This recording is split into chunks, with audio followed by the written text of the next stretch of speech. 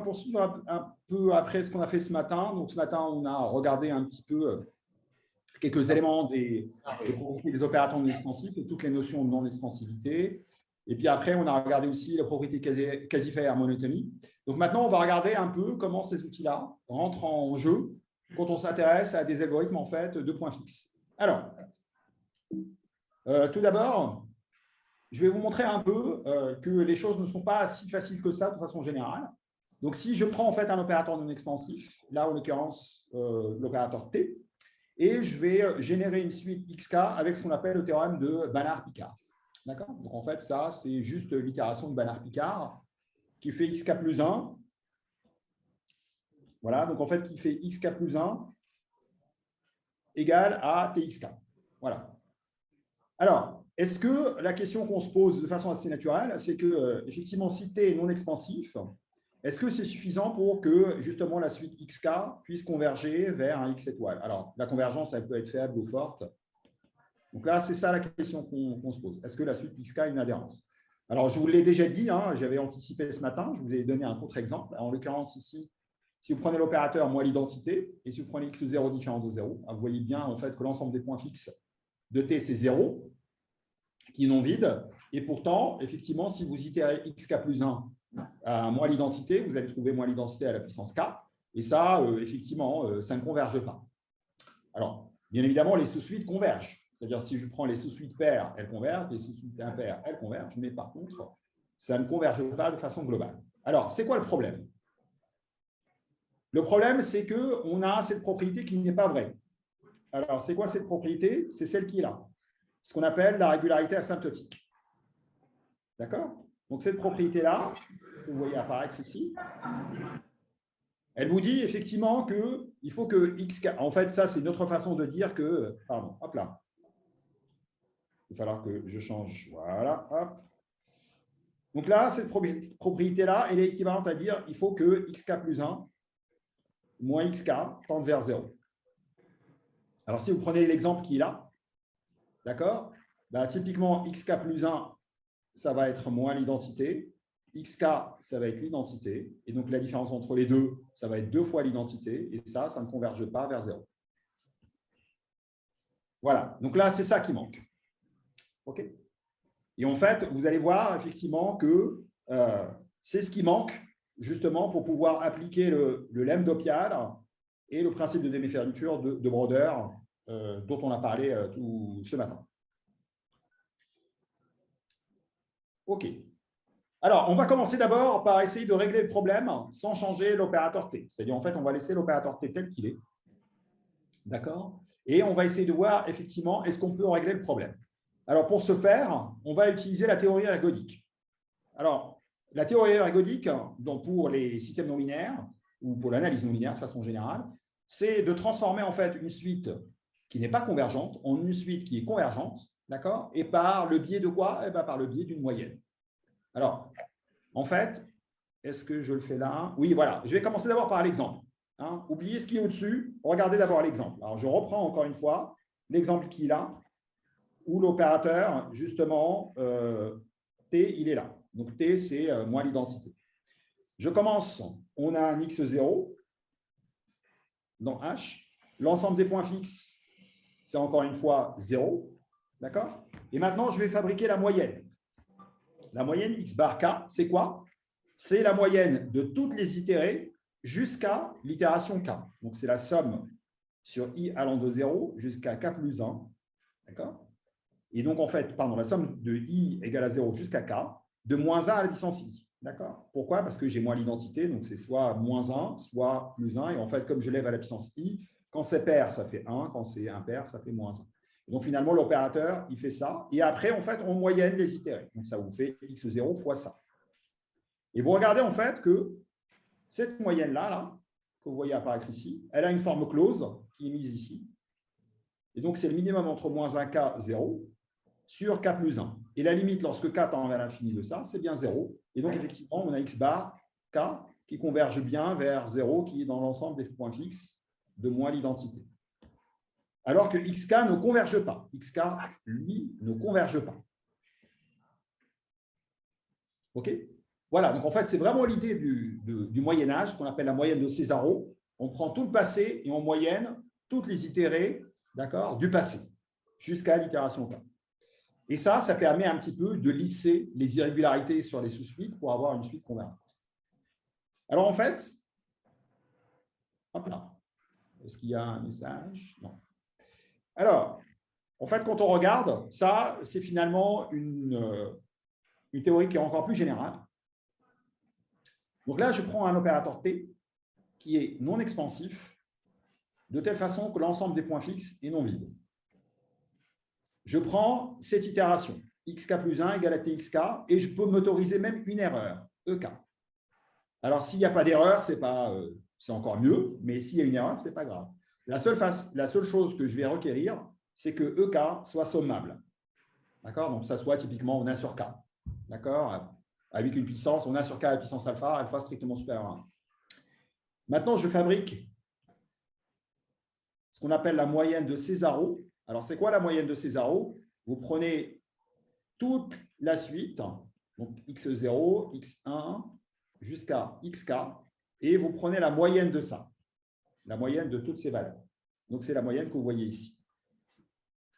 OK? Alors, même si t est non expansif, d'accord, de façon générale, on sait que x bar k converge faiblement vers un point qui appartient à l'ensemble des points fixes de t. Même si la suite xk ne converge pas, x bar k peut converger. OK? Alors, ça peut expliquer aussi, alors pour les gens qui ont déjà fait un peu d'optimisation, ça explique aussi pourquoi les gens généralement, enfin peuvent, ce n'est pas toujours le cas, mais peuvent faire ce qu'on appelle les versions ergodiques des algorithmes d'optimisation.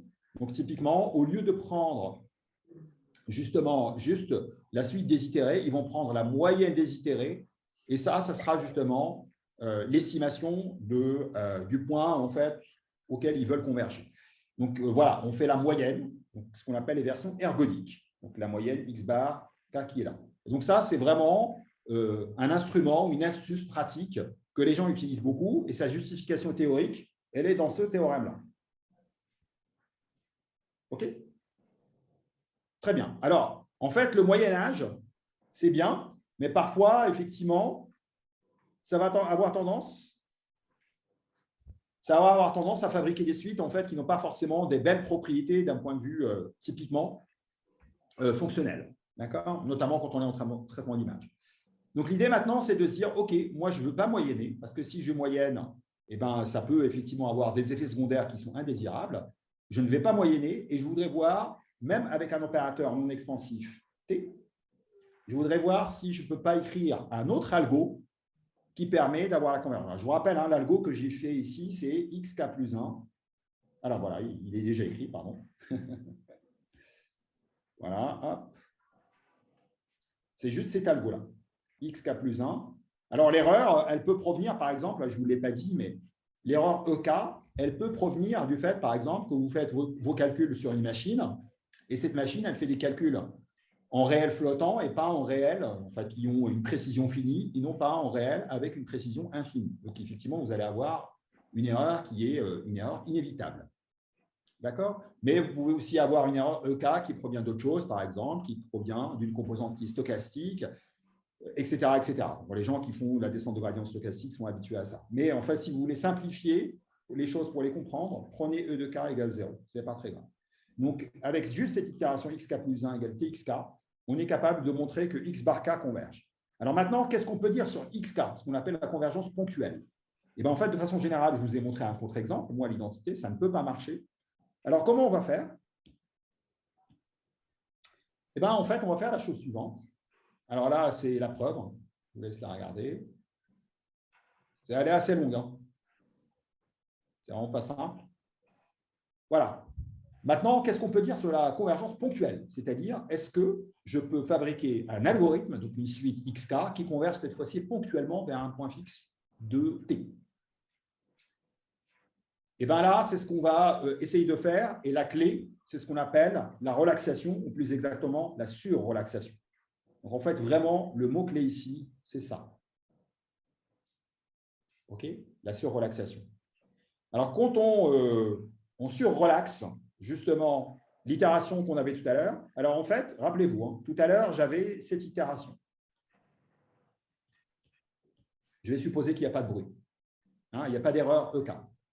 Alors maintenant, la nouvelle itération que je vais écrire, ce sera xk plus 1. Ça sera la moyenne entre xk et 1 moins alpha. Alors, je l'ai noté alpha, alors je vais le noter plutôt lambda, parce qu'après, je vais utiliser la notation lambda. Lambda, txk, d'accord? Et en fait, ici, le lambda, ça sera justement un réel que je vais choisir entre 0 et 1. Alors, je vais même sortir le 1 ici.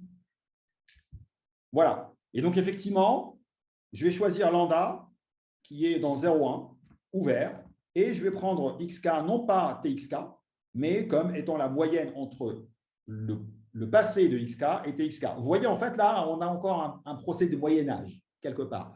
Mais en fait, le procédé de moyen-âge que j'ai ici, il est beaucoup plus simple, parce que je ne prends pas la moyenne des itérés sur laquelle je vais avoir justement la garantie, je vais l'avoir directement sur xk plus 1. Donc là, vous voyez, hein, si jamais je prends lambda, en l'occurrence, égale à 0, si lambda est égal à 0, je retrouve l'itération qui est ici, lambda égale 0.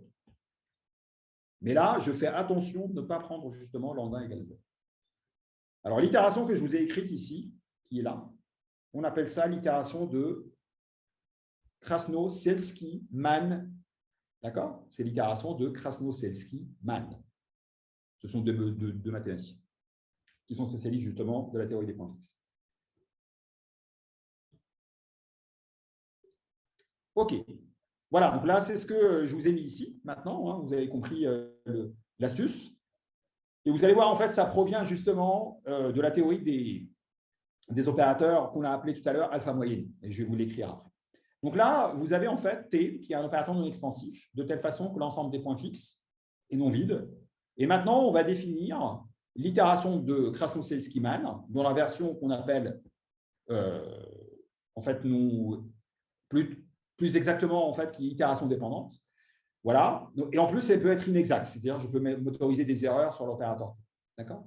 Donc, en fait, xk plus 1, ce sera la moyenne entre xk et txk. Et je peux avoir des erreurs éventuellement sur txk. Alors ici, l'erreur EK, je vais supposer justement qu'elle est dans L1. Okay. C'est une erreur effectivement qui est sommable. Alors on peut même supposer que ce n'est pas l'erreur elle-même qui est sommable, mais lambda k fois l'erreur qui est sommable. Et la suite lambda k, c'est une suite qui est en 0,1, de telle façon que ça soit toujours une combinaison convexe. Mais par contre, elle ne peut être égale à 1 qu'un nombre fini de fois et égale à 0 qu'un nombre fini de fois. D'accord? Elle ne peut pas être tout le temps égale à 0 et tout le temps égale à 1 ou une infinité de fois égale à 0 ou une infinité de fois égale à 1. Pourquoi? Parce que si elle est égale à 1 une infinité de fois, bah vous voyez en fait qu'on va se retrouver avec l'itération de Banach-Picard, l'itération d'avant, xk plus 1 égale txk plus ek. Si elle est égale à 0 une infinité de fois, ben vous voyez très bien qu'une infinité de fois, l'itération elle va ressembler à xk plus 1 égale xk. Donc en fait, ça ne va jamais bouger. D'accord? Donc c'est pour ça qu'on requiert cette condition. Alors en l'occurrence, si vous choisissez, d'accord, lambda k différent de 0 et différent de 1 et lambda k constant, comme je vous l'ai dit tout à l'heure, par exemple, vous prenez lambda k égale à lambda fixe, quel que soit k, et ça appartient à 0,1, et ça, quel que soit k, vous voyez, en fait, cette condition, elle est automatique. Parce que vous avez une somme sur k d'une constante qui est différente de 0, donc forcément, c'est plus l'infini. OK? Alors, si vous avez en fait justement cette itération avec ces hypothèses-là, et si l'ensemble des points fixes est non vide, et l'opérateur T est un opérateur non expansif, alors on peut prouver les choses suivantes. La suite xk est quasi Feyer monotone par rapport à fixe de T. En plus, on a la régularité asymptotique. Rappelez-vous, hein, c'est ce qui manquait tout à l'heure quand on avait moins l'identité. Et finalement, on montre que xk converge faiblement vers un point qui est dans l'ensemble des points fixes. OK? Alors, en fait, c'est finalement quoi, quelque part, la magie dans tout ça? En fait, il n'y a pas vraiment de magie. Si vous regardez en fait cette itération, je vais considérer le cas où k égale 0. C'est juste pour que vous compreniez. En fait, xk plus 1, alors je vais prendre xk égale 0 et je vais prendre aussi lambda k égale à lambda et lambda dans 0,1. C'est juste pour simplifier, pour que vous compreniez. Donc en fait, xk plus 1, ça sera 1 moins lambda xk plus lambda txk. D'accord? Et ça, c'est aussi 1 moins lambda fois l'identité plus lambda fois t xk. Et cet opérateur-là, je vais l'appeler t lambda. D'accord? Et lambda est dans 0,1. Ben, en fait, l'opérateur qui est là, t lambda, c'est un opérateur qui est alpha moyenné et en fait de paramètre lambda. Donc, ce n'est plus un opérateur du point fixe que j'applique ici, ce n'est plus l'opérateur t, mais une version moyennée de l'opérateur t. D'accord? Une version lambda moyennée de l'opérateur t. Donc, c'est pour ça que ça marche. C'est vraiment parce que, justement, je suis allé de l'opérateur t à l'opérateur t lambda. Et rappelez-vous, hein, les opérateurs alpha moyennés, ils ont cette propriété remarquable. Je vais juste effacer ici. Alors, c'était où? Voilà, c'était juste là. Les opérateurs alpha moyennés, ils ont cette propriété remarquable qui est là. Contrairement aux opérateurs qui sont justement non expansifs, non seulement ils contractent, en fait, ils n'augmentent pas les distances, mais en fait, ils les contractent. C'est ce que vous voyez apparaître ici, c'est grâce à justement cette composante. Si alpha est différent de 0 et alpha est différent de 1, ce terme-là n'est jamais égal à 0, sauf si x égale à y. Et donc, effectivement, vous voyez, en fait, à chaque fois, je vais diminuer la distance entre les images jusqu'à pouvoir converger. Voilà, donc là, c'est vraiment la clé. La clé, c'est que j'ai remplacé l'opérateur t par une version moyennée, ou plus exactement lambda moyennée de l'opérateur t. Hop, pour avoir la convergence ponctuelle. Ce qui est ici. Donc là, j'ai vraiment remplacé l'opérateur t par l'opérateur t lambda, qui est égal à 1 moins lambda l'identité plus lambda t. Et toute l'astuce est là. Elle est vraiment là. C'est ce qu'on appelle la relaxation, la surrelaxation. Pardon. Hop. OK. Donc là, en fait, dans l'exemple qu'il a, je vous donne juste un exemple de choix de lambda k et où ek peut aussi en fait être non sommable, mais par contre lambda k fois ek, lui, est sommable. Là, c'est juste un point technique, on s'en fiche. Alors la preuve, elle passe vraiment par ce que je vous ai dit. Hein. Donc là, qu'est-ce que je fais? Xk plus 1 moins x, pardon, je prends un x qui est dans l'ensemble des points fixes. Et en fait, xk plus 1, c'est égal à txk, plus, alors c'est égal plutôt à un moins lambda xk, donc là, il est donné par ça. Alors, comme x, il est dans l'ensemble des points fixes, ben, en fait, il est forcément aussi dans l'image de l'opérateur qui est là, dans l'opérateur t lambda que j'ai écrit tout à l'heure. Là, j'utilise en fait l'inégalité juste triangulaire, enfin, plus exactement l'égalité de Jensen, qui me donne ce terme plus ce terme. Et en fait, si vous regardez ici, la somme que j'ai là, comme l'opérateur t, alors rappelez-vous, x est dans l'ensemble des points fixes, donc x égale à tx, et l'opérateur t est non expansif, donc ça, c'est aussi inférieur ou égal à xk moins x. Donc, ça vous fait 1 moins lambda xk moins x, plus lambda xk moins x. Ça simplifie, il reste xk moins x, plus lambda k ek. Et là, je vais appliquer en fait le lemme qui est justement dans la slide 30. Donc là, vous remontez. Quand vous allez lire à tête reposée les slides, j'ai numéroté les slides pour pouvoir renvoyer. Donc, en fait, je vais appliquer justement ce lemme. Alors, ce lemme, qu'est-ce qu'il me dit? Il me dit si l'erreur est sommable, d'accord? En fait, je vais appliquer ce lemme avec bk égale 0 et ρk égale 0. Ben, en fait, je sais que la suite AK converge et la suite AK ici, c'est juste xk moins x. Voilà, donc là, j'applique ce lemme-là pour montrer que la limite de xk moins x existe. Voilà, c'est ce que je vous mets ici. OK?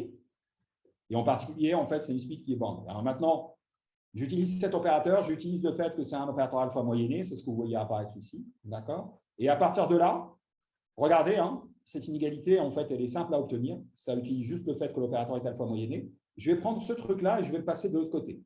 Et ça, je vais le passer de ce côté. Ça, c'est dans L1. Ici, j'ai xk moins x au carré moins xk plus 1 moins x au carré. C'est télescopique, je peux sommer. Et ça vous dit en fait que la somme qui est là, enfin la suite qui est là, pardon, est dans L1. Alors, comme elle est dans L1 et ce truc-là n'est pas dans L1, forcément, la limite de ce truc-là, c'est forcément 0. OK? Et voilà, et c'est terminé. Et donc là, je sais que la limite de xk moins x existe.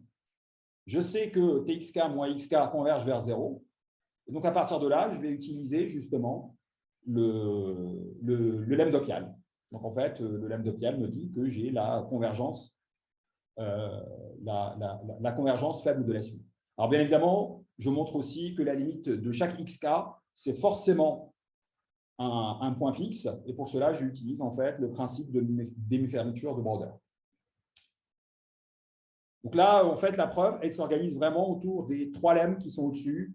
Celui sur les suites, le principe de demi-fermeture de Brodeur, et ça utilise les propriétés des opérateurs alpha moyenne. On a toutes les pièces du puzzle pour pouvoir montrer justement que ça converge. OK? Alors, hop là.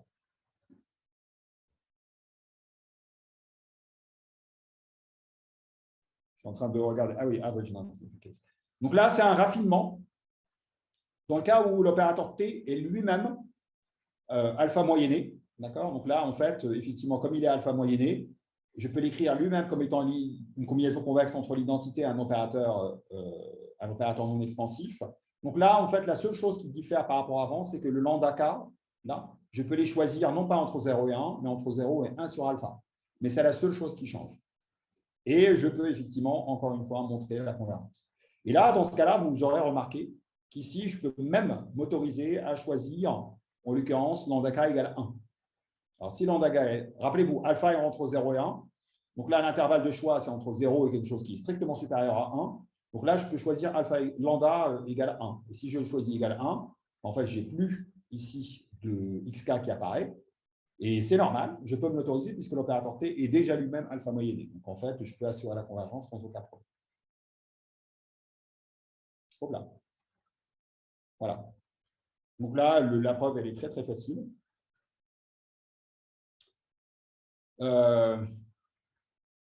Bon, là, en fait, c'est juste un corollaire assez simple, mais en fait, qui vous dit la même chose que tout à l'heure. Vous pouvez prendre lambda k égale 1, comme je viens de vous le dire. OK. Très bien. Alors maintenant, on va regarder ce qui se passe sur les opérateurs qui sont fermement non expansifs. OK. Alors, si vous avez en fait un opérateur qui est fermement non expansif, donc c'est un cas particulier, encore une fois, de ce qui se passe ici. Alors, en fait, là, alpha, vous prenez prendre alpha égale 1,5. Donc là, lambda k peut être choisi entre 0 et 2. D'accord? Et effectivement, vous avez ce corollaire-là. Donc, vous pouvez choisir lambda k entre 0 et 2. Vous avez cette condition qui est la même que celle de tout à l'heure. Et vous avez encore une fois la convergence de la suite.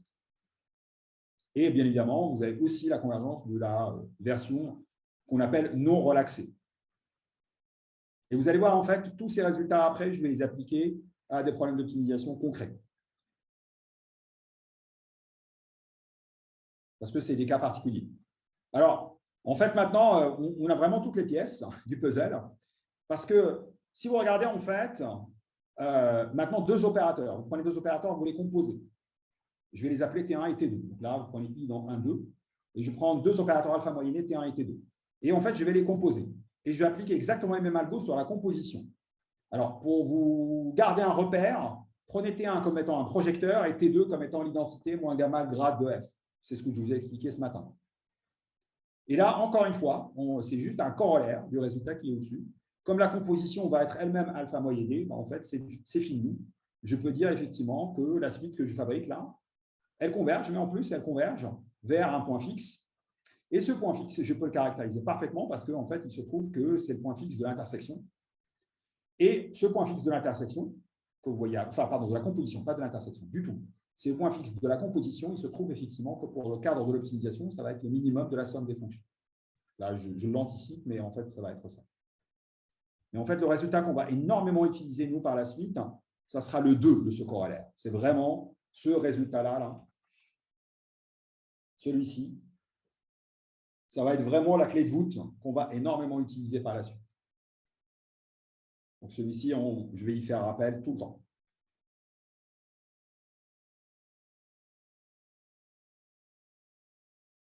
OK. Donc là, encore une fois, la composition, c'est juste parce que je vous ai dit que la famille des opérateurs alpha moyennés était fermée par composition. Donc voilà, je n'ai rien fait de plus que invoquer cette propriété et j'ai appliqué le théorème qui est au-dessus. OK. Très bien. Alors maintenant, on a les notions de non-expansivité, de quasi-Feyer monotonie. On a appliqué ça à la théorie des points fixes pour avoir la convergence des algorithmes de points fixes qui sont fabriqués à partir d'opérateurs soit moyennés, soit non expansifs, soit alpha moyennés. Alors maintenant, la question qui est naturelle, c'est de se dire quels sont les opérateurs alpha moyennés qui apparaissent en optimisation. D'accord? Quels sont les opérateurs soit non expansifs, soit alpha moyennés, d'accord, qui vont apparaître en optimisation. Et c'est vraiment l'objectif des deux sections qui sont là, cette section et celle-ci, et en particulier celle-ci. Celle-ci, ça va utiliser les propriétés de ça pour vous donner des exemples d'opérateurs qui sont alpha moyennés, qui proviennent de l'optimisation.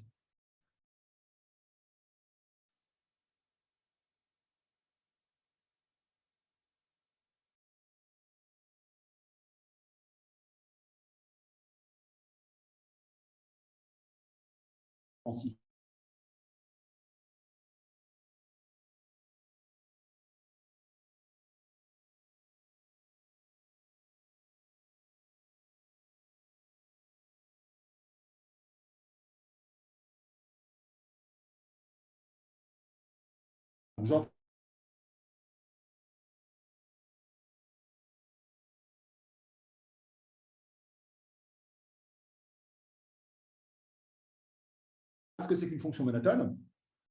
D'accord? Donc, en fait, quand vous regardez si une fonction est monotone, eh ben, vous regardez en fait son taux d'accroissement. D'accord? En fait, vous allez voir qu'on fait exactement la même chose cette fois-ci pour les opérateurs.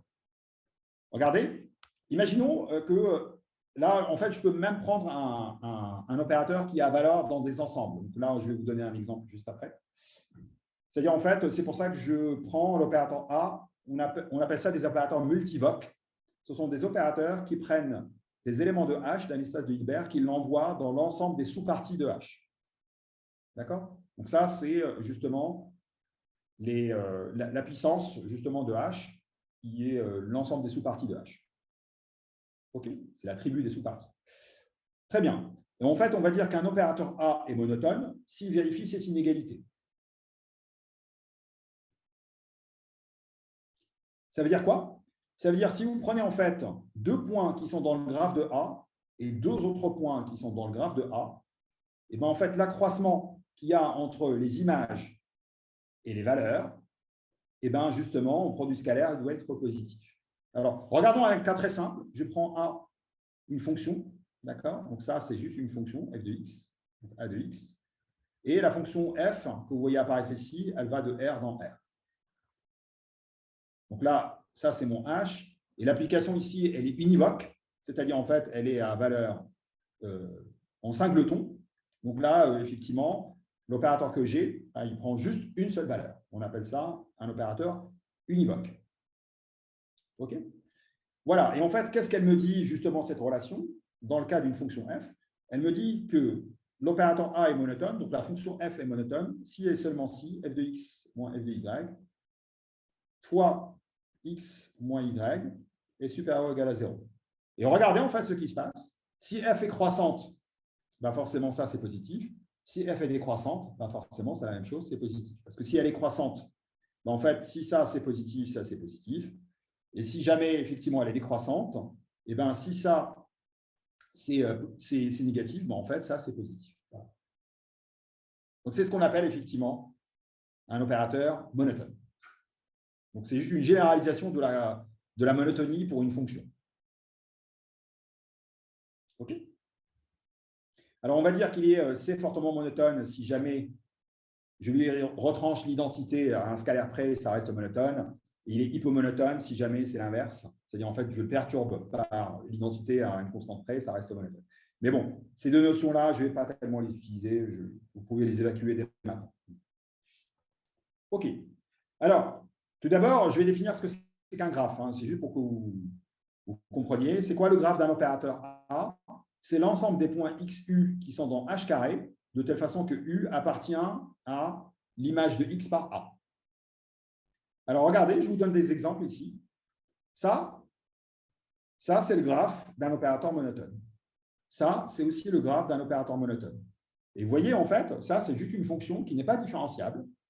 D'accord? Et en particulier, elle peut même être multivoque. Parce que vous voyez, par exemple, en ce point-là, X, et bien, en fait, quelle est la valeur de X? Ben, en fait, c'est un ensemble. C'est tout l'intervalle qui est là. Donc ça, c'est A de X. Donc vous voyez, hein, c'est un intervalle.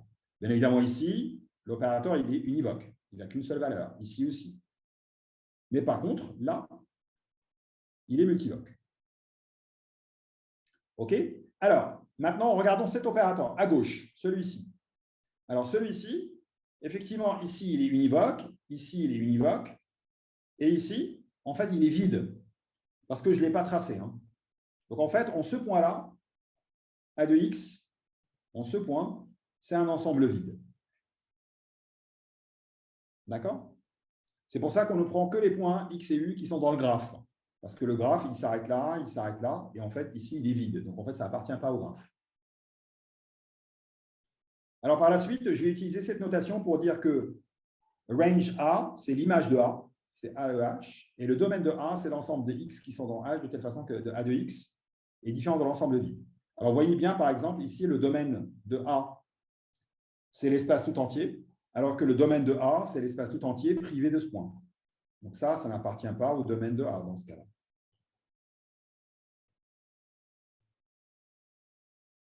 OK?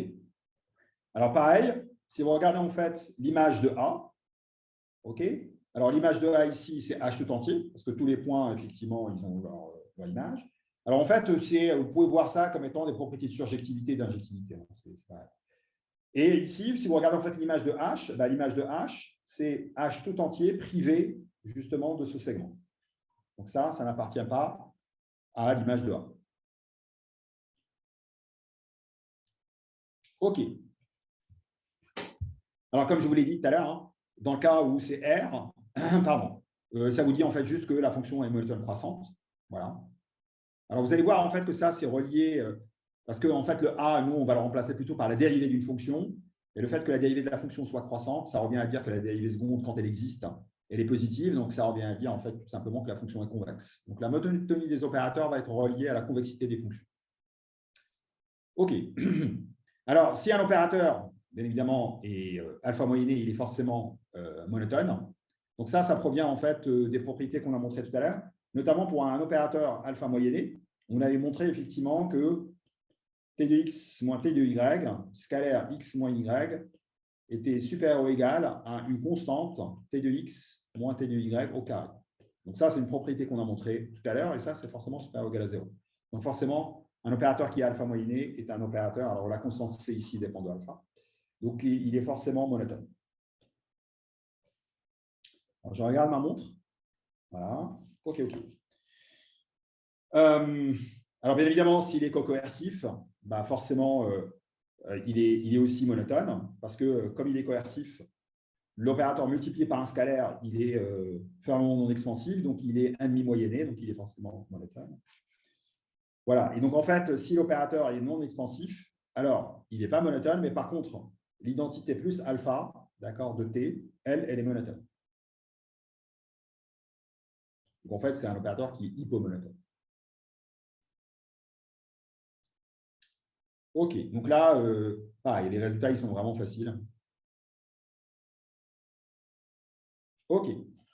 Alors, voilà, en fait, un opérateur qui est hyper important quand on veut faire de l'optimisation. Hop là. C'est ce qu'on appelle le sous-différentiel. Alors, c'est quoi le sous-différentiel? Le sous-différentiel, vous prenez une fonction f qui a valeur dans moins l'infini plus l'infini, et vous excluez moins l'infini. Hein. Vous prenez éventuellement la fonction égale à plus l'infini, il n'y a aucun problème avec ça. Ça peut couvrir, par exemple, le cas de l'optimisation contrainte, auquel cas on peut prendre l'indicatrice justement d'un ensemble. OK. Et on va supposer justement qu'elle est propre, comme je vous l'ai dit tout à l'heure, c'est-à-dire en fait que la fonction ne vaut pas plus l'infini partout. Alors, c'est quoi le sous-différentiel? Le sous-différentiel, c'est un opérateur qui est multivoque. En fait, le sous-différentiel de f, c'est un opérateur qui définit de h dans l'ensemble des sous-parties de h. D'accord? Donc voilà, bah, c'est ce qui est noté ici. Bon, je n'ai pas à l'écrire, c'est ce qui est écrit ici. Et pour chaque x, le sous-différentiel de f en x, c'est l'ensemble des points u de telle façon que f doit être au-dessus de ses tangentes. Donc, ce que vous voyez apparaître ici, c'est l'équation de la tangente. D'accord? Et la pente de la tangente, on appelle ça un sous-gradient. Et l'ensemble des sous-gradients, ça vous fait votre sous-différentiel. OK? Alors, je vous donne un exemple simple, tout de suite. OK? Donc, je prends la valeur absolue. Voilà.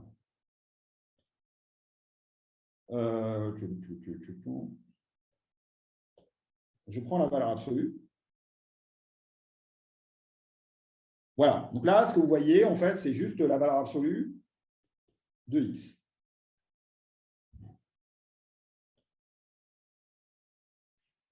Alors, vous voyez bien, en fait, que cette fonction-là, elle est différenciable presque partout. En fait, elle est différenciable partout sauf en 0. Alors, ici, si je regarde cette fonction, comme elle est différenciable, ben, en fait, la dérivée de la fonction au point qui est là, d'accord? Donc là, si je regarde la dérivée en ce point-là, et ben ça, c'est juste, hop là, 1. Si je regarde ce point-là, et ben la dérivée en ce point-là, c'est moins 1. Donc, vous voyez, en fait, la dérivée, elle est définie là et là de façon univoque. Par contre, en ce point-là, eh ben, la fonction n'est pas différenciable. En revanche, elle est sous-différenciable. En clair, je peux écrire cet ensemble, l'ensemble des pentes de votre fonction au point x. Donc, si je regarde ce point-là, d'accord, en fait, j'ai le droit de dire que ça, c'est une tangente. Ça, c'est une autre tangente. Ça, c'est encore une tangente. D'accord? Et effectivement, je peux aller plus loin. Si je regarde là,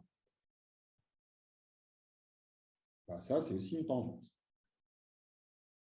Et idem pour celle-ci. Alors, la pente de cette tangente, par exemple, la bleue là que je viens de tracer, ben en fait, c'est moins 1. La pente de cette tangente, l'autre bleue, c'est plus 1. Et en fait, le vert, ici, la tangente qu'il a, sa pente, elle est comprise justement entre moins 1 et 1. Pareil pour le jaune. La pente, elle est comprise entre moins 1 et 1. OK? En clair, ce que je viens de vous montrer, c'est que le sous-différentiel, donc là, je vais l'écrire ici, donc le sous-différentiel de f en 0, d'accord? Et bien en fait, c'est l'ensemble des tangentes, enfin l'ensemble des pentes de vos tangentes, de ce qui est en dessous justement des fonctions qui supportent votre fonction et qui la minorent. Donc effectivement, ça, c'est juste l'intervalle moins 1, 1. Et donc, de façon générale, le sous-différentiel de f en x, c'est soit le signe de x si x est différent de 0, et c'est moins 1, 1, si x est égal à 0. D'accord? OK, très bien. Alors maintenant, on va le tracer, ce truc-là. Alors, je vais juste effacer là un peu.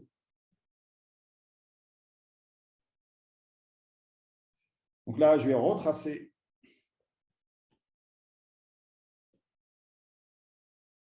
Et maintenant, regardez, en fait, ce qu'on vient de dire, on vient de dire que en moins 1, et ben, en fait, le sous-différentiel, il vaut ça. En plus 1, il vaut ça, il vaut 1. Et entre les deux, donc là, je vais le faire avec un trait plus gros, et entre les deux, hop là, c'est entre moins 1 et 1. Et donc là, Ici, j'ai plus 1. Ici, j'ai moins 1. Et ici, j'ai tout l'intervalle moins 1. Et ce que je viens de tracer, c'est le graphe de quoi? Eh bien, c'est tout simplement le graphe du sous-différentiel de f.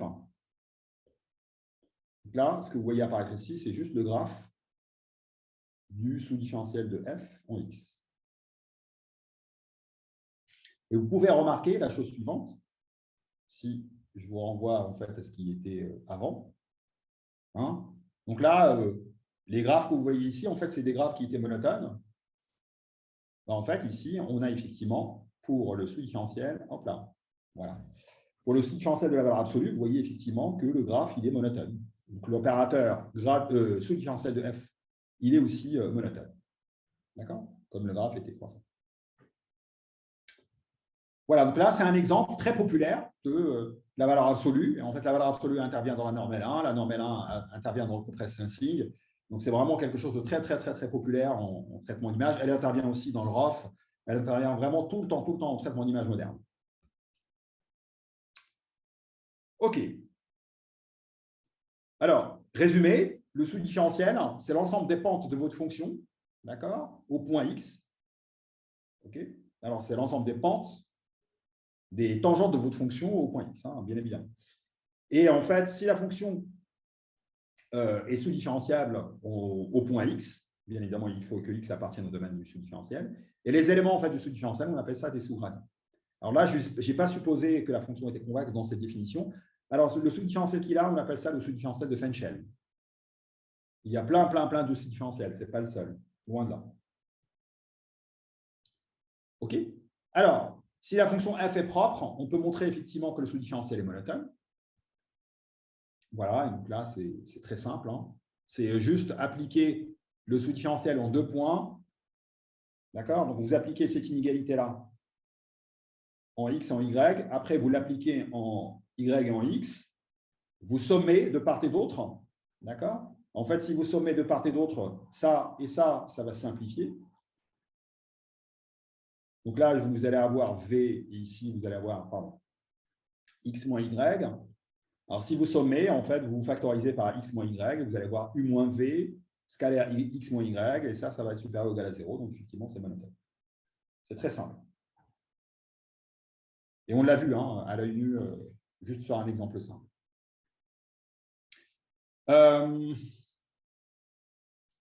OK, donc là, c'est effectivement. Alors, ce qu'il faut savoir, c'est qu'un opérateur, A, qui est un opérateur multivoque, on peut l'inverser. Et donc, effectivement, si A est monotone, son inverse est monotone.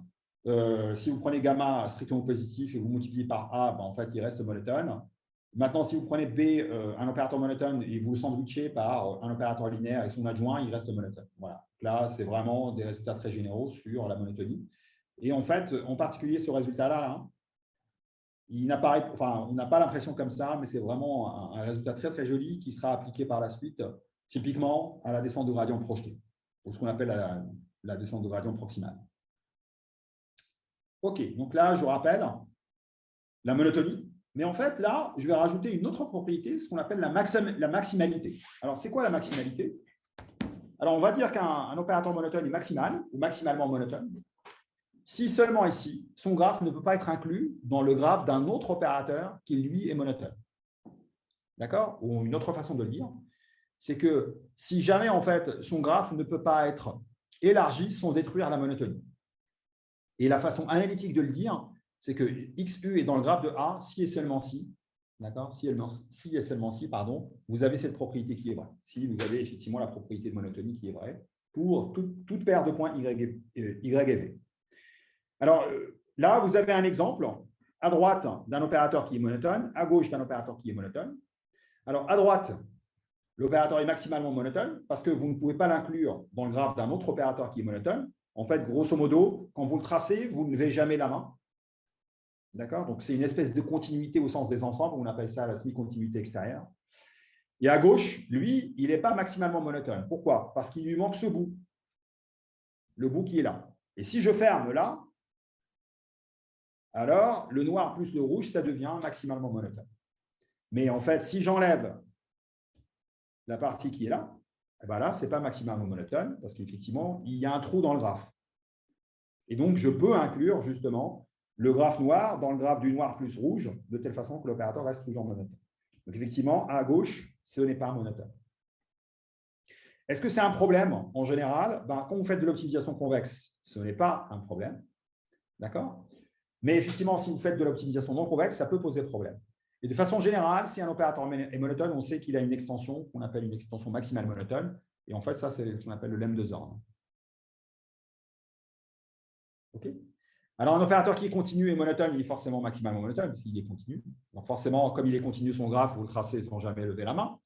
Si un opérateur est alpha moyenné, en fait, comme il est continu, en fait, il est même Lipschitz continu. En fait, il est continu, et donc, de cette façon, il est maximalement monotone. Cas particulier, s'il est coercif, il l'est toujours. Et comme je vous l'ai dit tout à l'heure, s'il est juste non expansif, vous lui rajoutez l'identité en multipliant par un scalaire alpha, et ça reste toujours maximalement monotone. OK.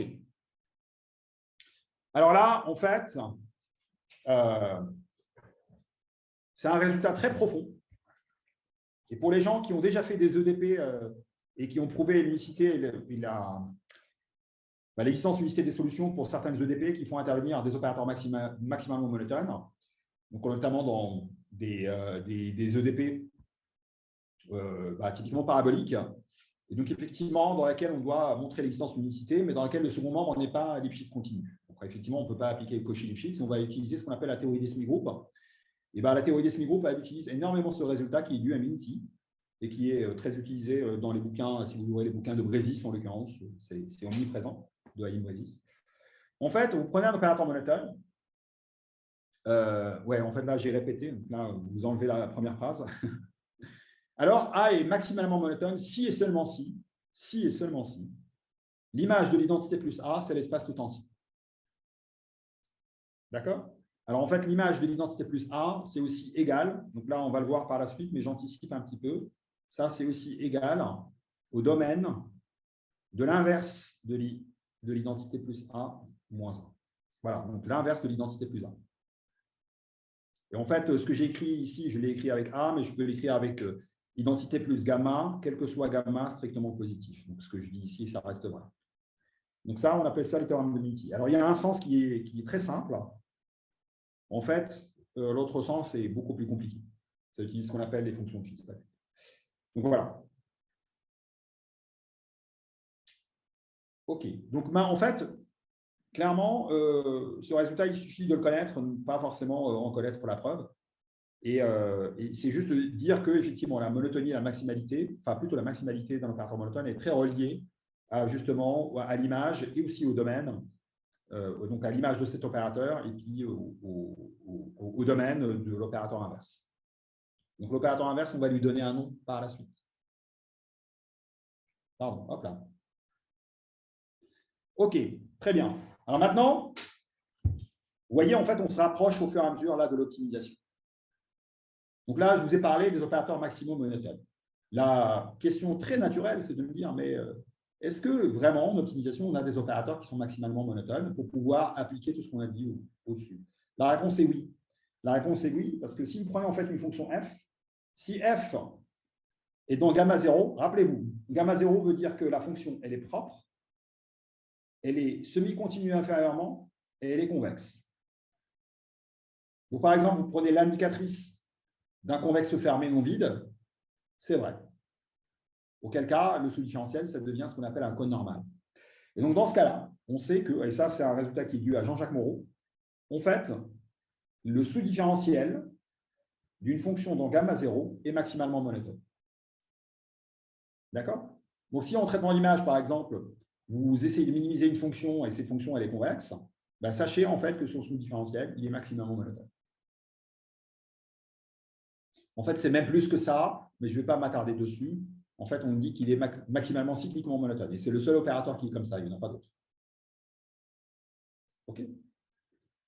Voilà, alors comment on prouve ça? Donc, en fait, le sous-différentiel est monotone, ça on le sait, hein, c'est ce qu'on a montré tout à l'heure. En plus, on sait que range égale le domaine en fait, de l'inverse, qui égale h, et ça sera en fait démontré par la suite, ce que je vous ai dit tout à l'heure. Et après, en fait, on utilise juste le théorème qui est dans la slide, qui est juste au-dessus, celle-ci. Et là, on a la maximalité. Voilà, donc en fait, gardez, c'est ça un message important de ce cours, ça c'est l'un des messages importants, c'est de se rappeler effectivement que le sous-différentiel est maximalement monotone.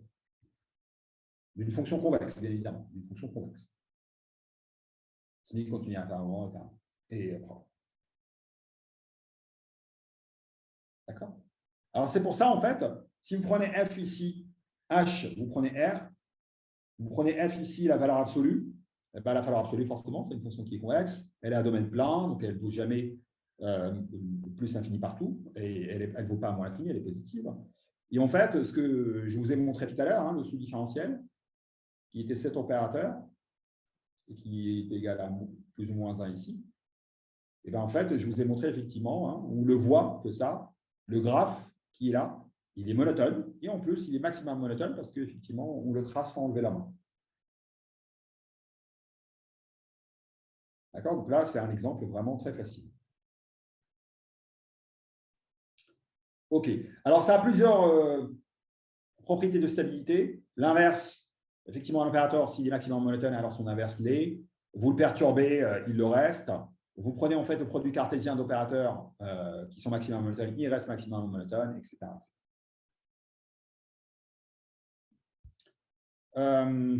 OK.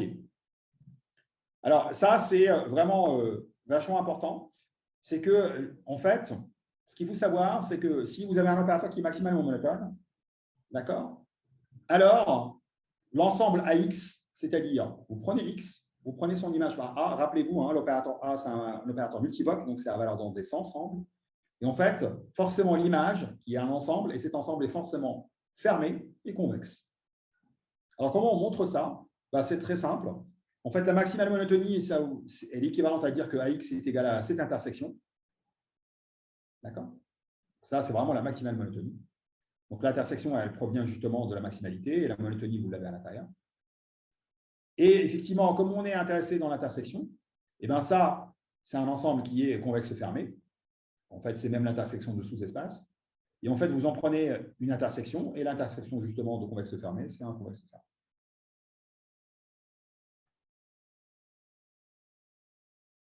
OK. Alors maintenant, vous vous rappelez, tout à l'heure, on avait parlé du principe de demi-fermeture de Browder. Alors, bien évidemment, ce principe-là, pour les opérateurs, il faut le tester, il faut vraiment le montrer. Et en fait, on va s'apercevoir que pour pouvoir le montrer, on va se servir du fait que les graphes des opérateurs monotones maximaux, ou maximalement monotones, comme vous voulez, et bien en fait, ces graphes-là sont fermés. Ils sont fermés. Alors, quand on est en dimension finie, pas de problème, on s'en fiche des topologies, parce que toutes les topologies se confondent. Alors, si on est en dimension quelconque, en dimension infinie, effectivement, ce n'est plus le cas. Il faut faire très attention. D'accord? En fait, ces opérateurs-là, ils sont séquentiellement fermés. En fait, les graphes sont séquentiellement fermés dans des topologies soit mixtes, d'accord? Faible, forte, forte, faible, d'accord? Faible, forte, forte, faible, ou alors forte, forte. Par contre, faible, faible, ça, ce n'est pas vrai. D'accord? Donc, le graphe d'un opérateur maximum monotone n'est pas nécessairement fermé dans les topologies faible-faible. Donc ça, c'est un point qui est extrêmement important parce que c'est ce qui permettra justement de montrer qu'on a le principe de demi-fermeture de Browder par la suite. OK. Alors, d'un point de vue pratique, qu'est-ce que ça veut dire? Regardez, je retrace. Donc, vous êtes d'accord là? Quand j'ai tracé justement, hop, quand j'ai tracé le graphe, pas du tout. Voilà. Quand j'ai tracé le graphe du sous-différentiel de la valeur absolue,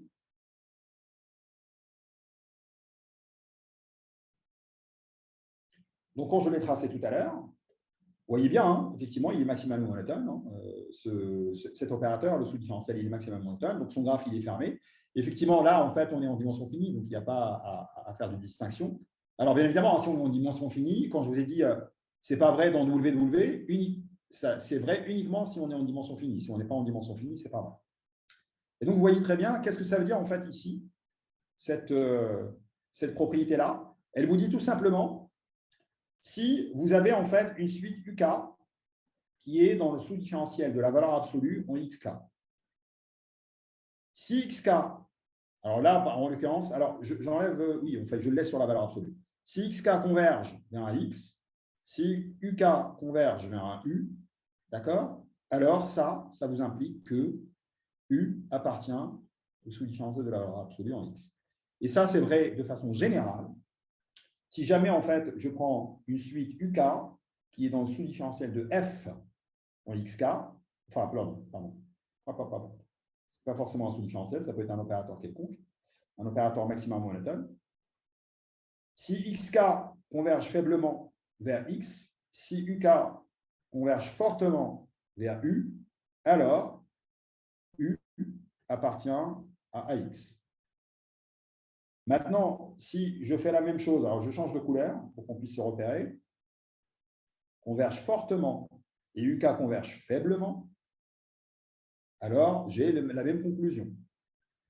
Je change de couleur. Si maintenant les deux convergent fortement, alors j'ai la même conclusion. D'accord? Donc en fait, le théorème qu'il a, il vous dit ce que j'ai tracé ici, ce que j'ai écrit ici. Si vous prenez en fait une suite UK, XK qui est dans le graphe de A, alors effectivement, c'est fermé. Donc c'est pour ça que vous avez XU. Donc là, ce que j'ai mis ici, hein, ça c'est équivalent à dire juste que XU est dans le graphe de A. Voilà, là c'est la même chose. Et en fait, j'ai tracé les trois topologies qui sont ici, le 1, le 2 et le 3, en rouge, en jaune et en vert. Et si on est en dimension finie, on s'en fiche, tout est vrai. Mais encore une fois, j'insiste sur le fait, effectivement, qu'il y a des fois où il faut quand même se taper ces trucs-là pour des problèmes concrets de traitement d'image. Par exemple, si vous faites de la super résolution, je pense que Vincent va vous en parler, vous êtes obligé de faire ça.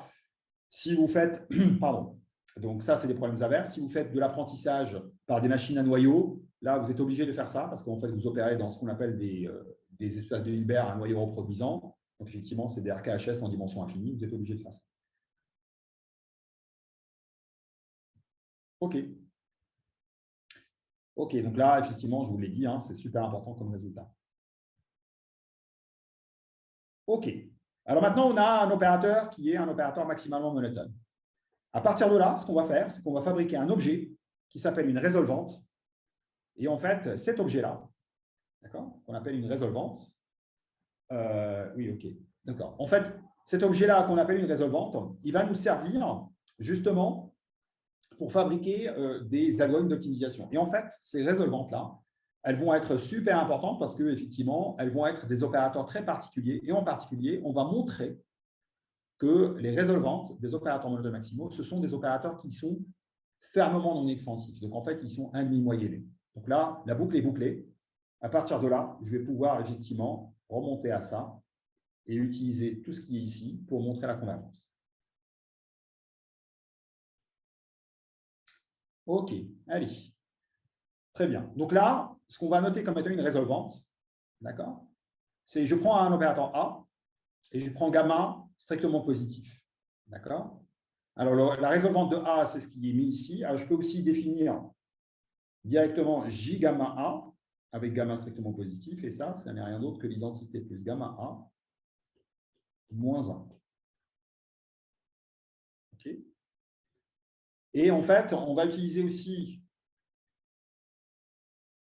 cet opérateur-là, qui est l'identité moins J gamma de A sur gamma. OK?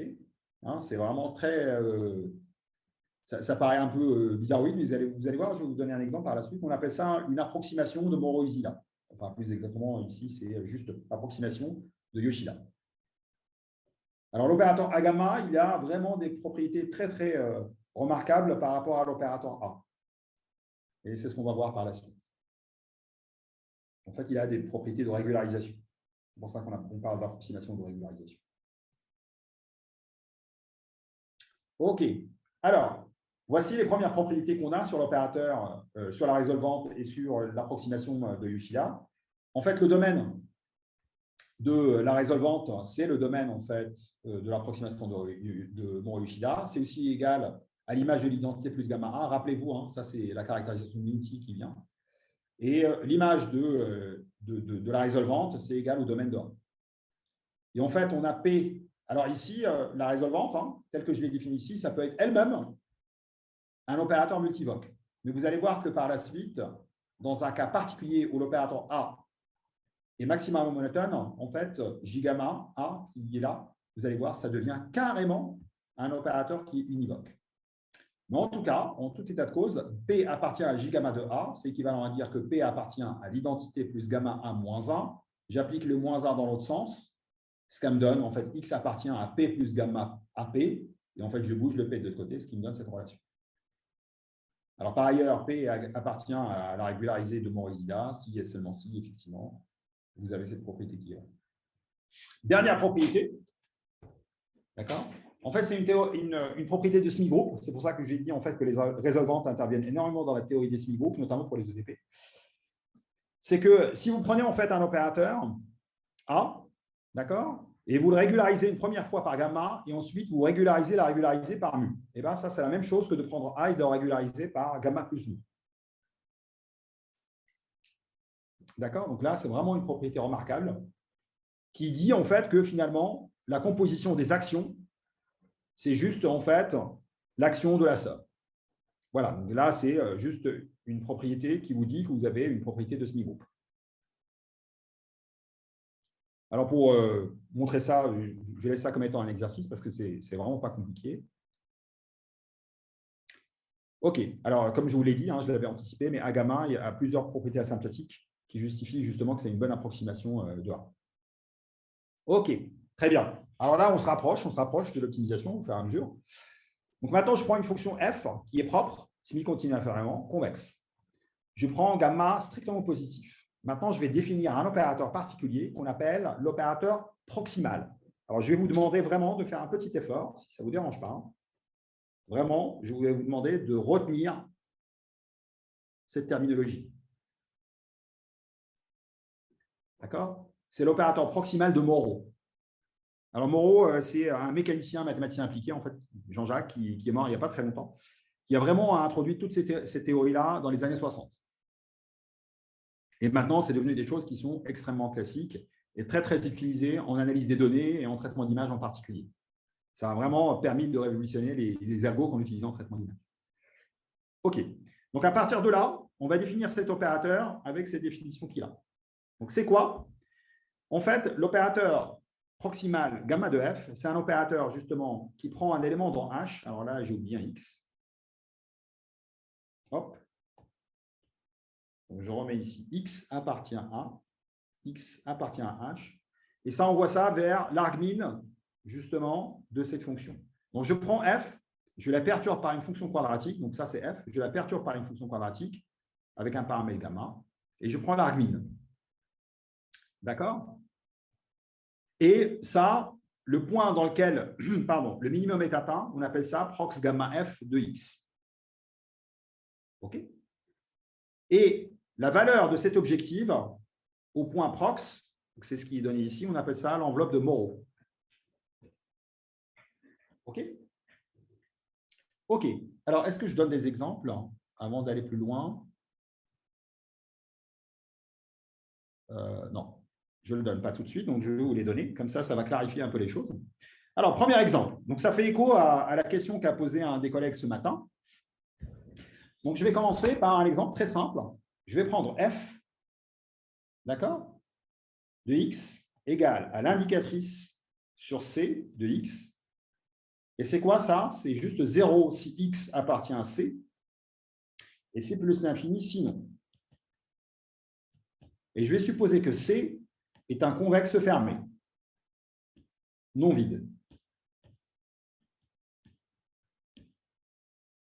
Alors, regardez en fait si je prends ce problème d'optimisation. L'argmin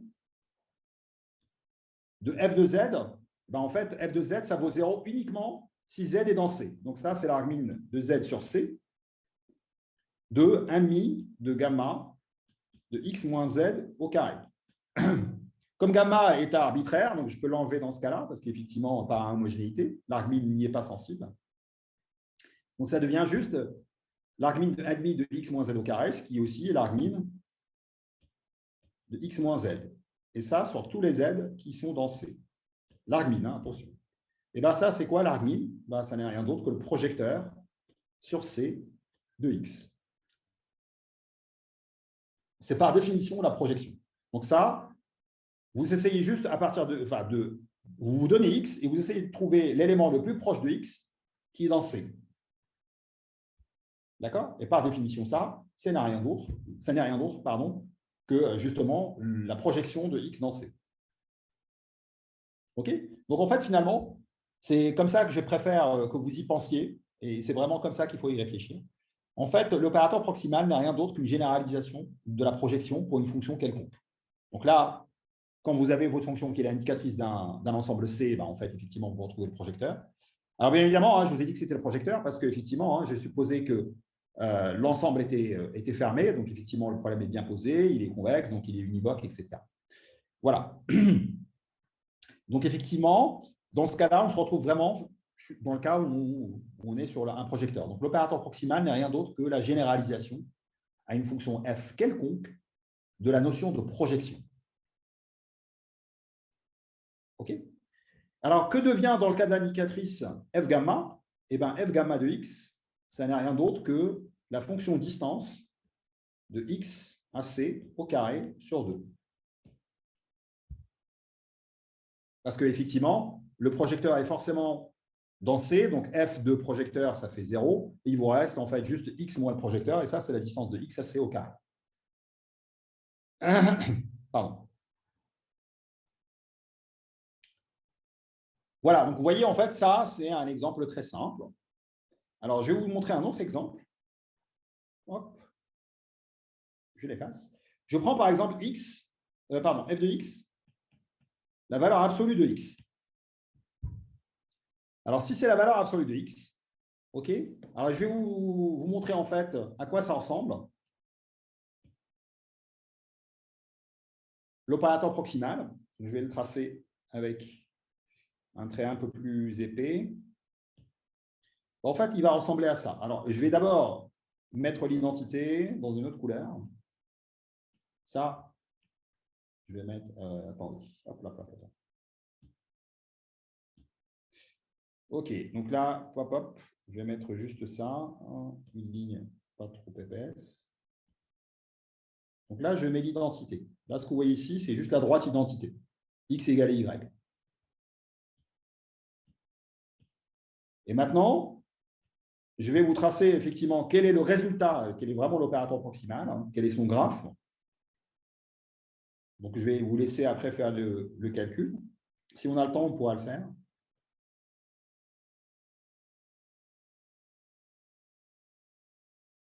Il ressemble à ça.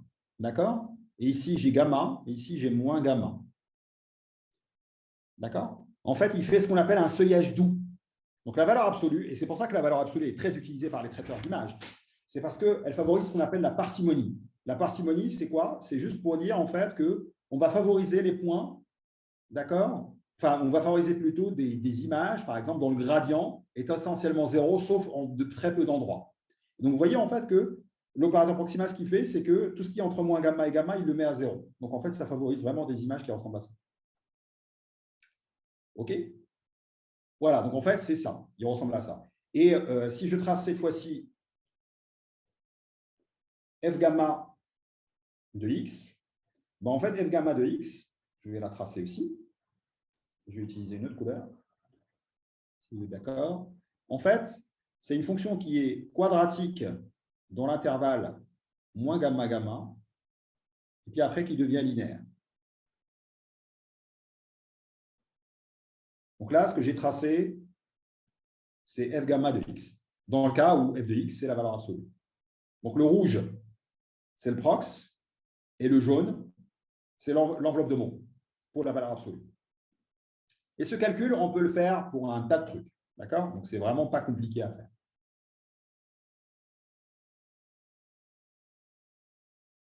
OK, très bien. Donc, il nous reste, si je ne m'abuse, une demi-heure. Ouais. C'est ça, elle a dit, il nous reste une demi-heure?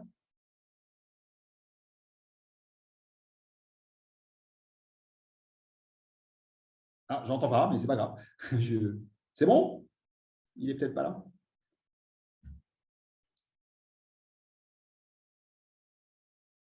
Ok, ok. Eladji, vous m'entendez ou pas? Eladji, tu m'entends? Il y a quelqu'un qui va venir parler. Ah, il est sorti. C'est pas grave, j'ai compris. Ok. Alors, on a ce petit résultat qui est là, qui est important, qui vous dit en fait que si f est une fonction qui est convexe continuellement et propre, et si gamma est strictement positif, ben en fait, l'opérateur proximal n'est rien d'autre que justement la résolvante de la sous-différentielle. D'accord? Donc, clairement, ce que ça veut dire, c'est que prox,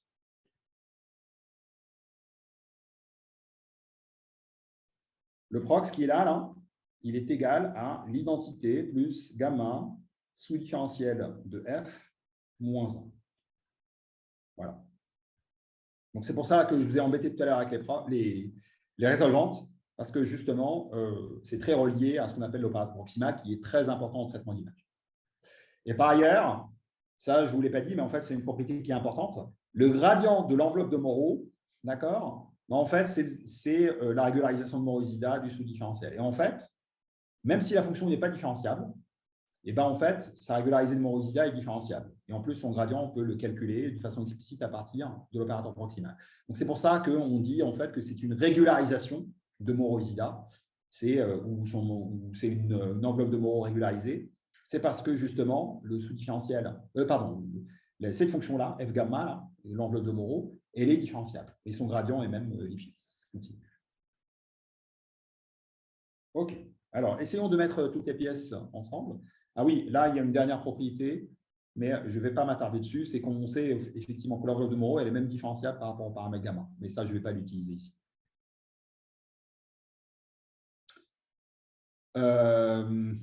Est-ce que je fais ça?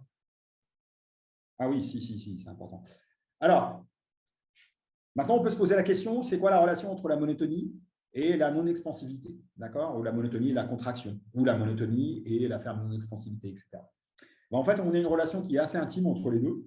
C'est que si vous prenez T et vous considérez que T, c'est un opérateur qui est univoque. Regardez, il va de H dans H.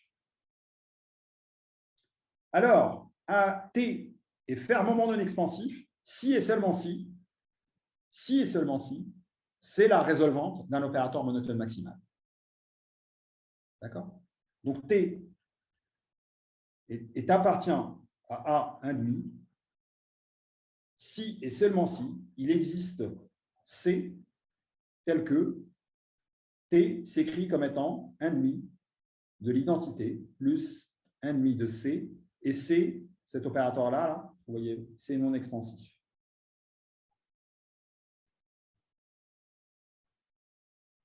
D'accord?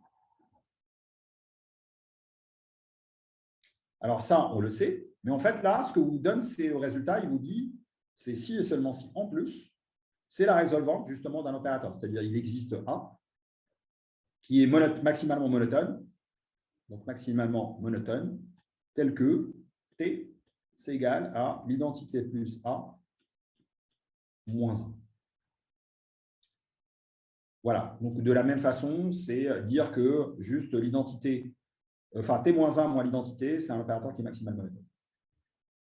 Donc là, on a vraiment l'équivalence qui est là. Donc effectivement, vous voyez que la monotonie est très très reliée à justement à la notion plutôt de ferme non-expansivité, et donc au travers justement des résolvantes. Donc le résultat est là, mais ça, ce n'est pas très important parce que ce résultat, il va intervenir dans un des algos dont on va parler par la suite.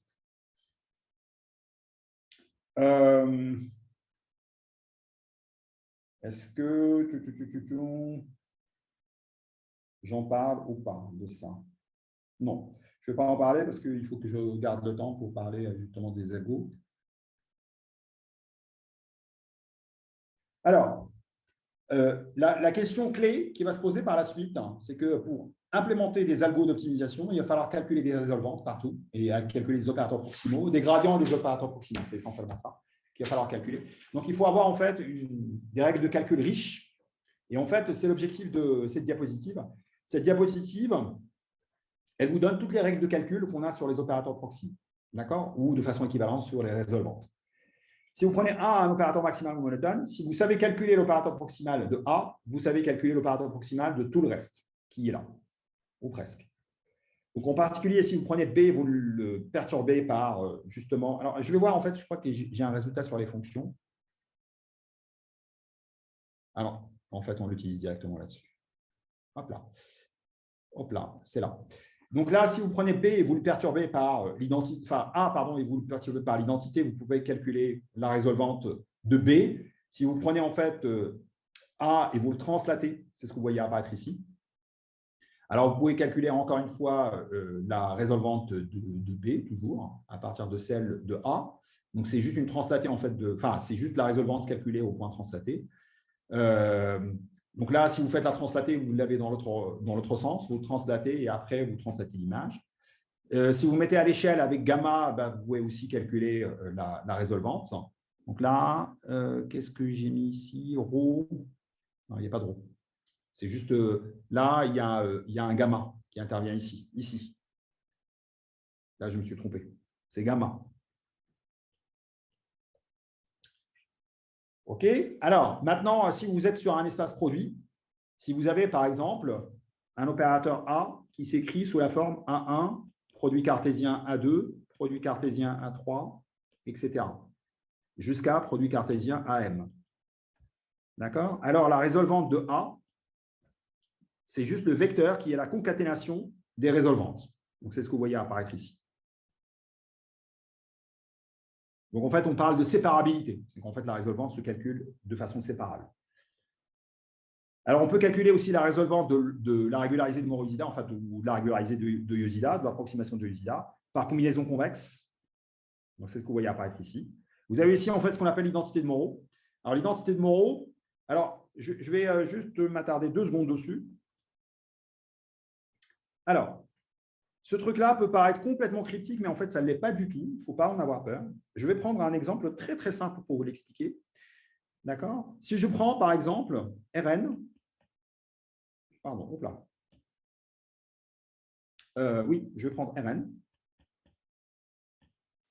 Et je vais écrire Rn comme étant la somme directe de V et V orthogonale. Pourquoi j'ai mis transpose, moi? Orthogonale. En fait, là, j'écris juste Rn comme étant la somme directe de V et son orthogonale. Et V est un sous-espace vectoriel. D'accord? Alors, on vous a tous appris que le projecteur sur V plus le projecteur sur l'orthogonale de V, c'est égal l'identité. On est d'accord avec ça? Tout le monde l'a appris. OK, très bien. En fait, ce résultat, on peut le généraliser. En fait, on n'a pas besoin de l'orthogonalité pour le montrer. En fait, on peut prendre ici V, je le remplace par un cône que je vais appeler K. Je vais prendre l'orthogonale et je le remplace par ce qu'on appelle le cône polaire. Donc là, j'ai besoin vraiment de la polarité et non pas de l'orthogonalité, qui est la généralisation finalement de l'orthogonalité, enfin oui, de l'orthogonalité au cône. Je prends ça, je le remplace par K, je prends ça, je le remplace par K roux. Et en fait, l'identité reste vraie. Le projecteur sur K plus le projecteur sur le polaire égale l'identité. Et en fait, la relation que vous voyez apparaître ici, là, c'est une généralisation de celle-ci pour des opérateurs. Regardez, l'identité, c'est juste J gamma de A. Alors, J gamma de A, c'est, je vous rappelle, hein, c'est si j'ai en fait A qui est les sous-différentiels, c'est l'opérateur proximal, hein, c'est la résolvante du sous-différentiel. Et donc, effectivement, dans le cas où la fonction est l'indicatrice, par exemple, d'un sous-espace orthogonal, d'un sous-espace vectoriel, excusez-moi, on va retrouver finalement juste le projecteur et le projecteur orthogonal. Vraiment, c'est exactement ça. Et pour le cas des cônes, on va retrouver le projecteur sur le cône et le projecteur sur le cône polaire. OK? Alors, en fait, l'identité qui est là, c'est juste le cas spécial dans le cas où gamma égale 1. D'accord? Et en fait, on retrouve exactement les relations qui sont au-dessus que j'ai montrées. Donc, en fait, c'est des choses qui se généralisent très, très, très bien. Voilà. Donc, ce qu'il faut savoir, c'est que cette relation, elle généralise ce qu'on connaît déjà sur les projecteurs pour le cas des opérateurs monotones maximaux, et en particulier ou sous-différentiels. OK. Alors, la dernière relation, elle vous dit juste que la résolvante, elle est localement difficile continue par rapport au paramètre gamma. Voilà, c'est juste ça. OK, alors on peut continuer sur le calcul. On peut se poser la question maintenant, qu'est-ce qui arrive en fait si, alors là, je vais répondre à la question du collègue qui s'est levé tout à l'heure d'ailleurs et qui a posé la question justement ce matin. Alors, pour vous justifier en fait l'utilité de ce slide, regardez bien. Je prends A égale, alors plus exactement, attendez. Je prends une fonction f, je vais la noter comme ça, f de x, qui égale à j, hop là, à j rond A, non pas rond A il est déjà utilisé, donc là on va éviter, rond L de x. Alors L est un opérateur linéaire, f et g sont des fonctions qui sont dans gamma 0 de h. D'accord? Alors maintenant, la question très naturelle qui se pose en pratique, c'est que si vous minimisez en fait un problème variationnel dans lequel vous avez non pas la fonction g, mais la fonction g rond n, imaginons que vous savez calculer le prox de g.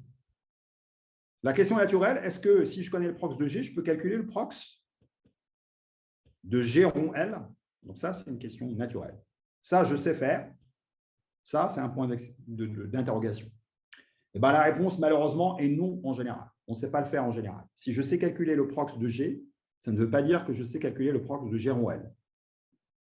Alors, la réponse est vraie dans certains cas. Alors, pour faire le lien avec ce qui est au-dessus, alors forcément, je vais passer des fonctions au sous-différentiel. Donc, le sous-différentiel de f, pris en x, c'est le sous-différentiel de G rond L. Et par règle de composition, ça, c'est L étoile, sous-différentiel de G, pris en Lx. Donc, clairement, le sous-différentiel de f, c'est juste L étoile, sous-différentiel de G, L. D'accord? Donc là, en fait, le théorème qui est au-dessus, ça, c'est ce que j'ai noté en fait B, et G, c'est ce que j'ai noté A.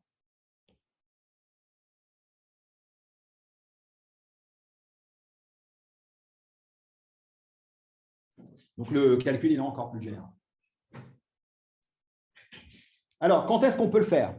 On peut le faire dans certaines situations, et en particulier, si l'opérateur L, d'accord, c'est un opérateur qui est ce qu'on appelle une trame ajustée. Donc, effectivement, L et l'étoile égale à mu l'identité. En fait, si jamais entre guillemets, les lignes de L sont orthogonales entre elles. Voilà, c'est ça que ça veut dire. Alors, dans ce cas-là, en fait, la résolvante de B, c'est juste l'identité moins L étoile, la régularisée de Morosida rond L. Et en fait, la régularisée de Morosida, je peux la calculer à partir de la résolvante de A. Ça, il n'y a aucun problème. Alors, en fait, les choses se simplifient parce qu'en fait, finalement, les gens en pratique, ils vont avoir une intuition, ils vont se dire, bah, en fait, si je connais la résolvante de A, je peux calculer la résolvante de B, juste en mettant L étoile et L de part et d'autre. Et ben, en fait, ça, ce n'est pas vrai tout le temps. C'est vrai uniquement si L est unitaire. Si L est unitaire, c'est-à-dire que L étoile égale L étoile L égale l'identité, alors la formule qui est là est vraie. Le prox ou la résolvante de B, d'accord? La résolvante de B, c'est égal justement à la résolvante, à L étoile, la résolvante de A composée par L. Donc, en fait, dans le cas des fonctions, ça vous dit tout simplement que prox de F, c'est égal à L étoile, prox de G, alors rond L. Voilà, c'est ça que ça dit. Voilà.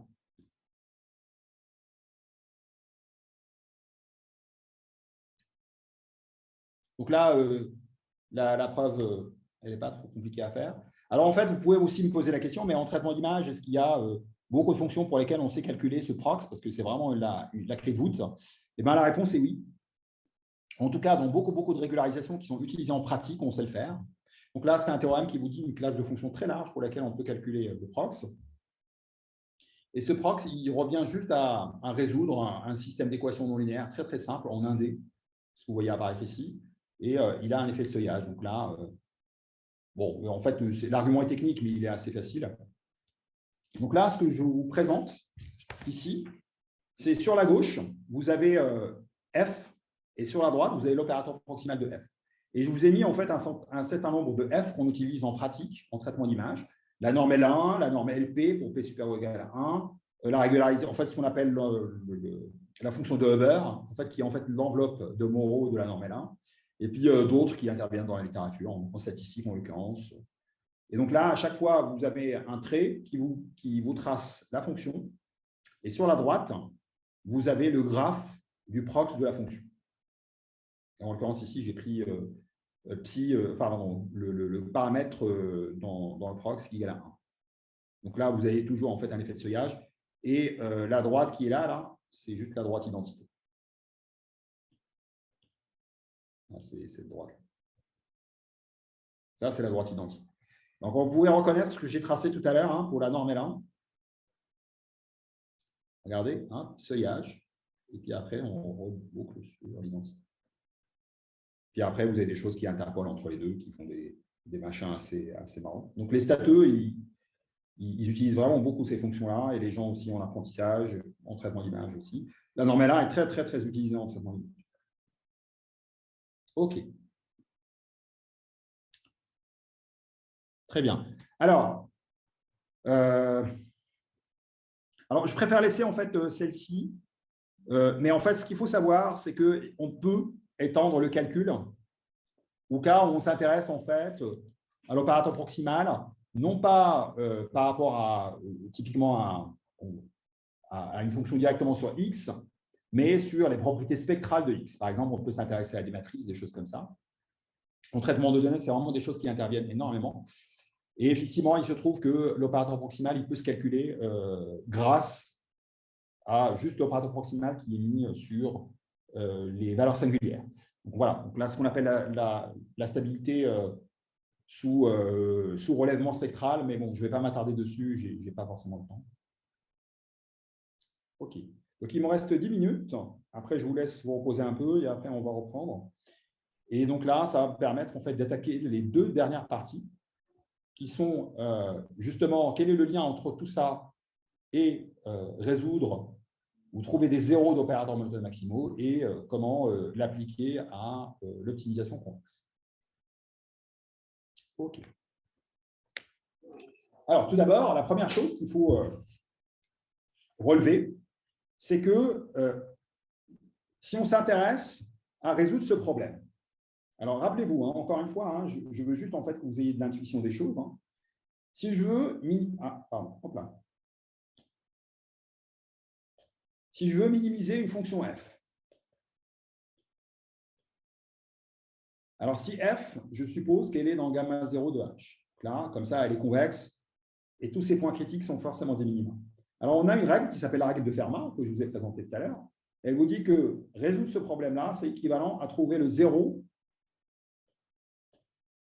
à trouver le point x étoile tel que 0 appartient, alors là, je vais l'écrire comme ça, x étoile appartient à l'argmin, et je suppose bien sûr que l'argmin est non vide. Ça, c'est équivalent à dire que 0 appartient au sous-différentiel de f en x étoile. Et ça, c'est équivalent à dire que x étoile, d'accord, est dans l'ensemble des zéros de sous-différentiel de f. D'accord? Alors, une fois qu'on l'a écrit comme ça, je vais revenir ici et je vais faire la même astuce que celle que je vous ai faite tout au début, si vous vous rappelez, quand je vous ai expliqué ce que c'est que la descente de gradient. Je vous ai dit que la descente de gradient, on peut l'interpréter comme étant un problème de point fixe. Et bien, je vais faire la même chose. Donc ça, c'est équivalent à dire aussi que x étoile moins x étoile appartient au sous-différentiel de f de x étoile. Et je vais même prendre f et je vais le multiplier par gamma. Et ça, quel que soit gamma, strictement positif. Et ça, alors x étoile, pardon. Et ça, c'est équivalent. Alors, je vais prendre le x étoile qu'il a, je vais le bouger de l'autre côté. C'est x étoile appartient à l'identité plus gamma, ou plus, oui, sous-différentiel de gamma f, sous-différentiel de gamma f, le tout pris en x étoile. Et comme j'ai justement la caractérisation de Moreau, je vais pouvoir effectivement dire que ça, c'est équivalent à dire que x étoile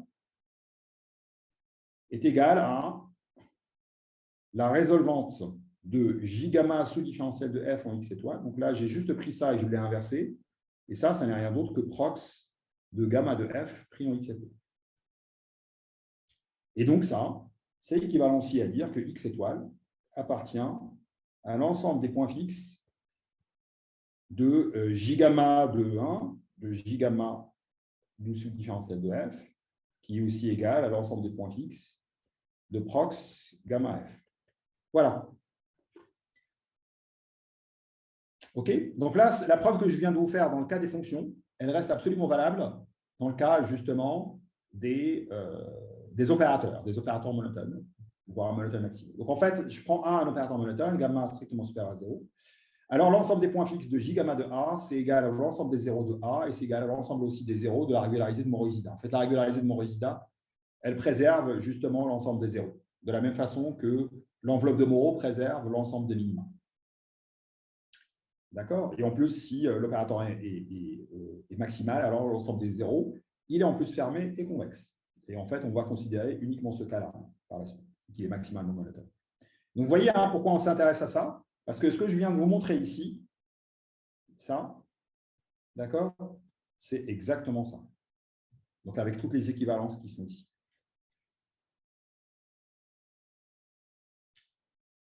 Voilà pourquoi on s'intéresse justement aux zéros des opérateurs monotones.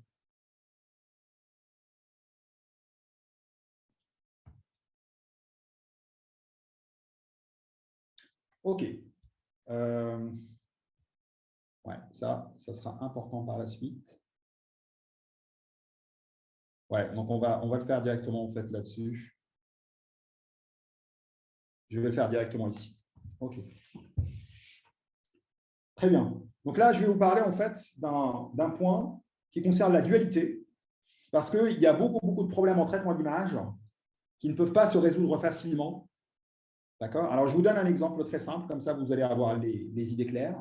Imaginons par exemple que je veux déconvoluer une image et je sais que cette image-là, elle a une variation totale qui est petite. D'accord? Donc, ce que je vais faire, c'est que si, par exemple, y, c'est égal à hop, pas A, h x0 plus 1 bruit epsilon. Et moi, ce que je veux, c'est retrouver x0 à partir de y. Donc, qu'est-ce que je vais faire? Je vais essayer de résoudre ce problème-là.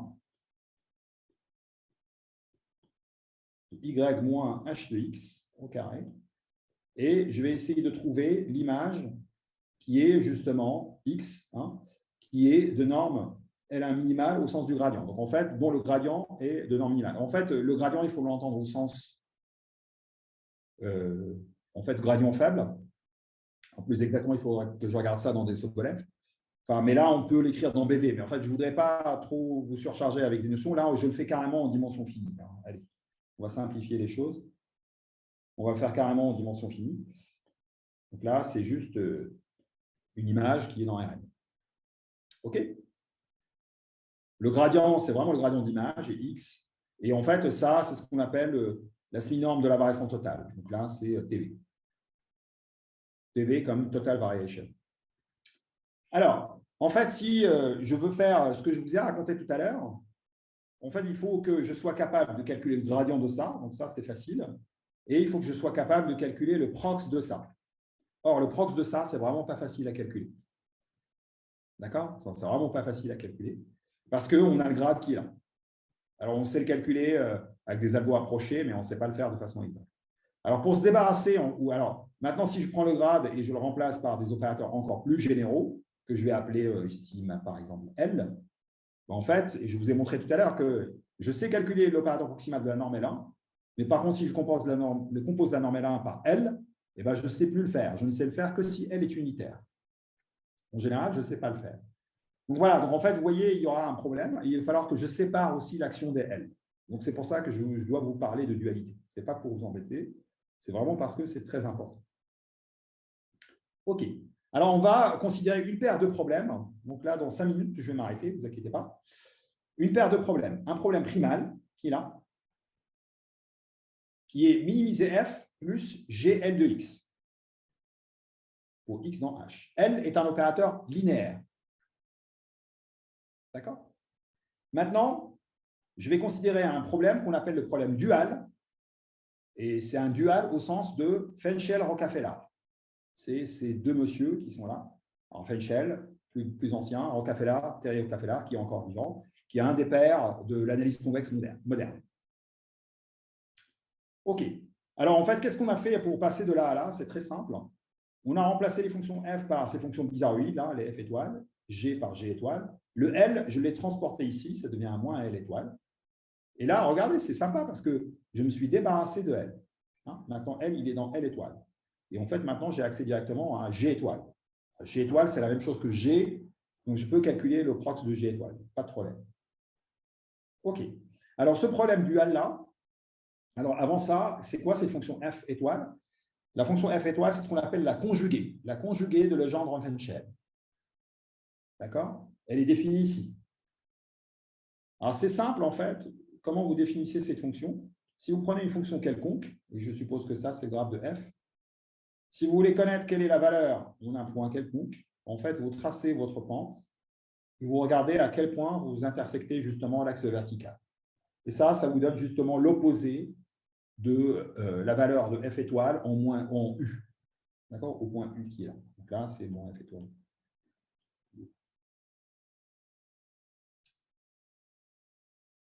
OK. Voilà, donc là, j'ai mon problème primal, j'ai mon problème dual. Alors là, en fait, c'est des propos topologiques.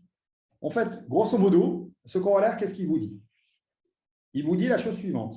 Il vous dit si le problème n'est pas trop dégénéré. Alors, dégénéré, vous allez beaucoup entendre ce mot aussi dans le cours de Vincent la semaine prochaine.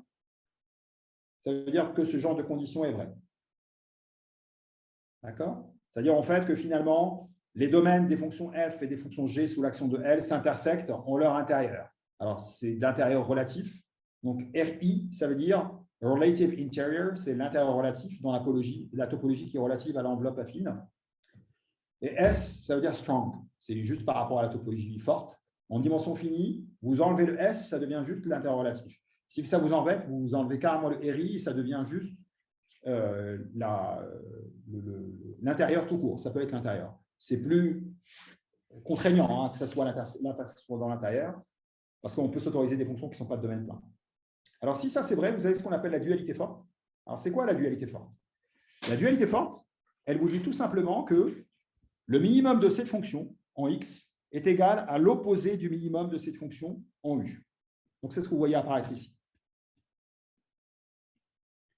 En clair, si vous résolvez ce problème-là, vous allez trouver une valeur optimale qui est égale à l'opposé du problème qui est là. Donc, en fait, si ce problème-là est trop compliqué, vous pouvez à la place résoudre ce problème-là et vous allez trouver… Ah, j'ai effacé, pardon. Vous allez effectivement, au lieu de résoudre ce problème-là, s'il est trop dur pour vous, vous pouvez résoudre ce problème et la valeur optimale va être la même, à un signe près. Alors, bien évidemment, on n'a pas dit que les argmines sont les mêmes. D'accord? Attention, il faut faire attention, là, c'est les valeurs qui sont les mêmes. Alors, en plus, maintenant, ce que vous pouvez dire, c'est qu'il y a une relation entre les paires optimales qu'on appelle primales duales. Alors, la terminologie consacrée, c'est ce qu'on appelle les paires Kuhn-Tucker. D'accord? C'est relatif, en fait, aux conditions KKT. K-Rouge-Kuhn-Tucker. Alors, qui sont assez classiques dans la dualité de Lagrange. Donc, en fait, dans ce cas-là, ce que vous pouvez dire, c'est que l'argmine du dual, il peut s'exprimer à partir des sous-différentiels du primal. Et l'argmine du primal, il s'exprime à partir de l'intersection des sous-différentiels du dual. Donc, vous pouvez maintenant résoudre le dual. Et pour récupérer justement les solutions de votre problème primal, eh bien, vous prenez juste l'intersection des sous-différentiels prise en toute solution U, qui est solution du problème primal, du problème dual. Donc, vous pouvez quand même récupérer les argmines avec ces relations qu'on appelle la relation d'extramélité de Kuhn-Tucker. Et ça, encore une fois, vous allez sans doute le voir aussi dans un autre contexte dans le cours de Vincent, la semaine prochaine. Alors, je pense que je vais m'arrêter là.